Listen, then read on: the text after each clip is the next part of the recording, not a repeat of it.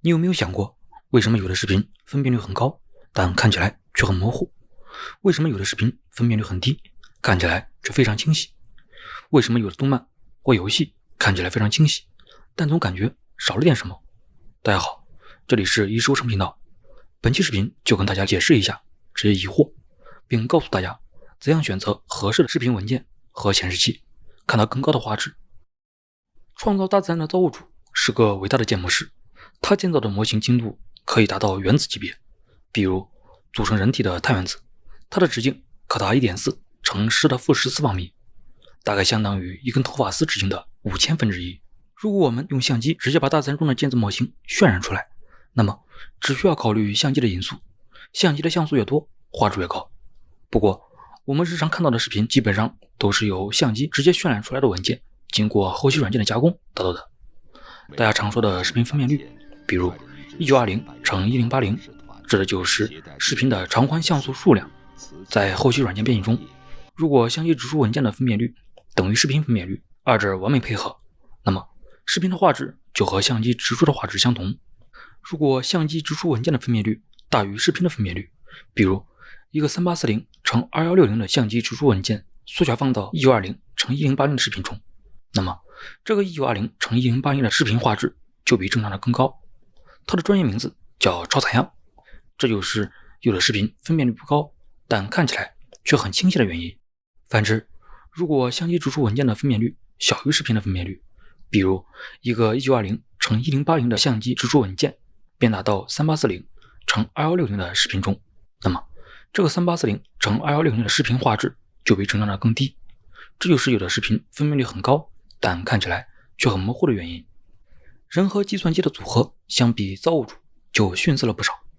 一个人体的 3D 模型，远看可能觉得非常正常，但是近看的话，会发现表面是很多个非常小的多边形面，多边形数量越多，面积越小，越接近现实中大自然的建模，但同时计算成本越高，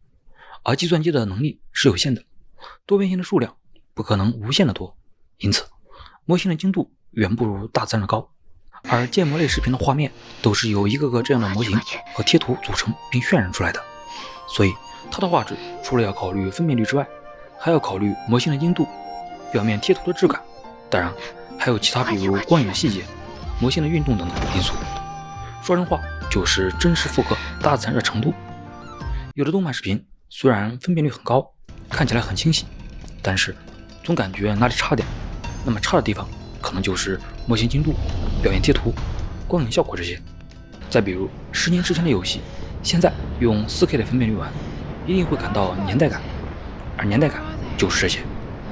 数字的视频想要被看到，那就要依赖物理的显示器，而显示器也有自己的分辨率，跟后期制作时的视频分辨率一样。如果视频分辨率和显示器分辨率相同，那么视频画质就会被完美还原。如果视频分辨率大于显示器分辨率，那么同样会发生超采样。用显示器的分辨率看到了超过它自身分辨率的视频，常见的比如用 1080p 显示器全屏看 4K 视频。如果视频分辨率小于显示器分辨率，就相当于用显示器的分辨率看到了不足它自身分辨率的视频，画质就打了折扣。常见的比如用 4K 显示器全屏看 1080p 视频。除此之外，显示器的尺寸或者说是显示面积也决定了人眼看到的画质。这里引入一个 PPI 的概念，单位尺寸或者单位面积下屏幕的像素数量。PPI 至于分辨率相当于压强至于压力。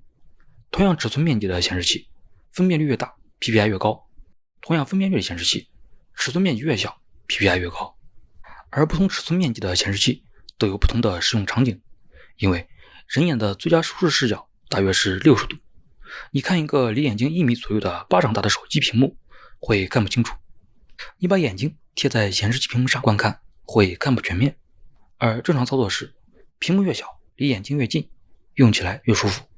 同时看到的细节就越多。屏幕越大离眼睛越远，用起来就越舒服，同时看到的细节就越小。我们用着 2K 分辨率 6.8 英寸的手机觉得没问题，用着 2K 分辨率27英寸的显示器觉得没问题，甚至看着线下 2K 分辨率长宽几米的大屏也觉得没问题。这足以说明屏幕尺寸面积越小，使用距离越近，人眼看清楚要求的 PPI 越高，屏幕尺寸面积越大，使用距离越远，人眼看清楚要求的 PPI 越低。所以购买显示器的时候，先确定自己的使用距离，再根据使用舒适度确定显示器的尺寸面积，在尺寸面积确定的基础上买更高分辨率的，也就是 PPI 更大的显示器，提高自己的画质体验。所以说，理想中极致的高画质应该是这样看到的：相机拍摄的文件通过正常或超采样制作的极高分辨率视频，用一个等于或小于视频分辨率的显示器本地全屏播放，并且需要保证在合适的观看距离下，在合适的显示器尺寸基础上，显示器的分辨率最高。另外，如果是用计算机建模做成的视频，还得加上模型精度极高和场景细节极多，贴图的质感极好，光影效果极好等条件。如果是在线播放的视频，还得加上网络带宽充足、视频平台被压缩码率等条件。但实际上每一个环节或多或少都会打一些折扣，你能做的就是减小这些折扣。好了，看完本期视频，怎么判断视频画质是高是低，怎么看到更高画质的视频，相信你应该清楚了。如果觉得有帮助的话，希望给我一个赞。下期视频再见。